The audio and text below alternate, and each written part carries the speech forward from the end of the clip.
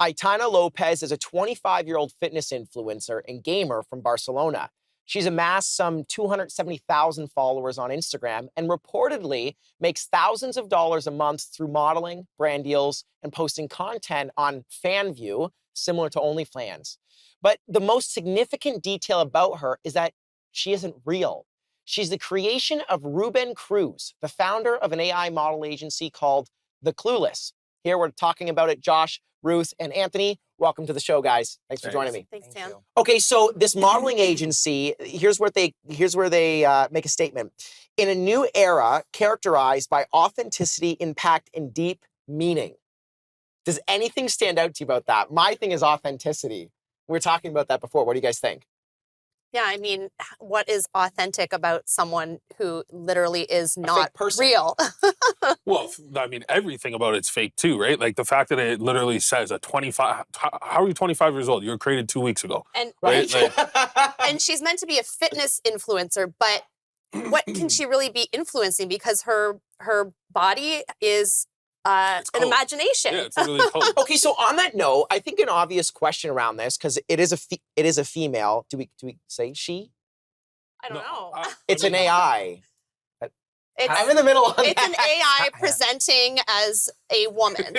Okay, so she. So my question is, what beauty standards does this set? Because if you look on her Instagram, I mean, you were making this point. I'll let you touch on this, Ruth. Like, what beauty standards does this set for women?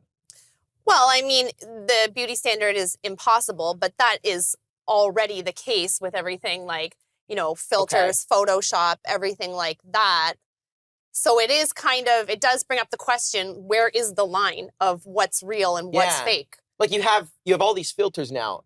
Anthony, do you see a difference between, you know, me posting like with a Snapchat filter versus an AI? There's nothing authentic about what we just said. And that goes against everything that's posted on that Instagram profile. And it saddens me to think that I actually had to get up and go to work today. And that she makes, and she makes like what, 10 grand a month on OnlyFans, on impossible beauty standards. Okay, but if they're openly stating that it isn't real, and people know that this AI character isn't real, then what's really the problem?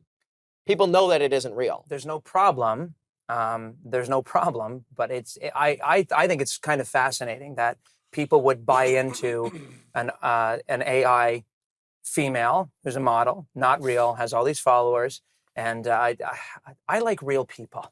I want to see real people. I was going to say, I think the problem becomes that it further pushes the distance between real human relationships, right? Like if you look at like porn and all that kind of stuff too, and the effects that has on relationships, now you have like these completely computer generated perfect people that are coming. There was actually a question that I had, like porn sites and whatnot, they're exploiting not a real person. And that's where, I mean, if you look at porn as bad because of exploitation and all that kind of stuff, like, yeah, you might look at AI as a thing to solve it. But what I'm talking about is like literally human relationships, right?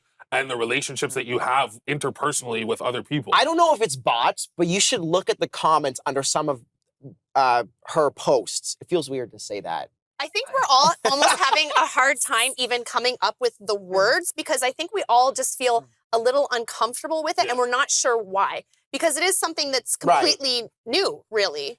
Some of the comments, like what concerns me is they're commenting like this person's like this is a person, this is real.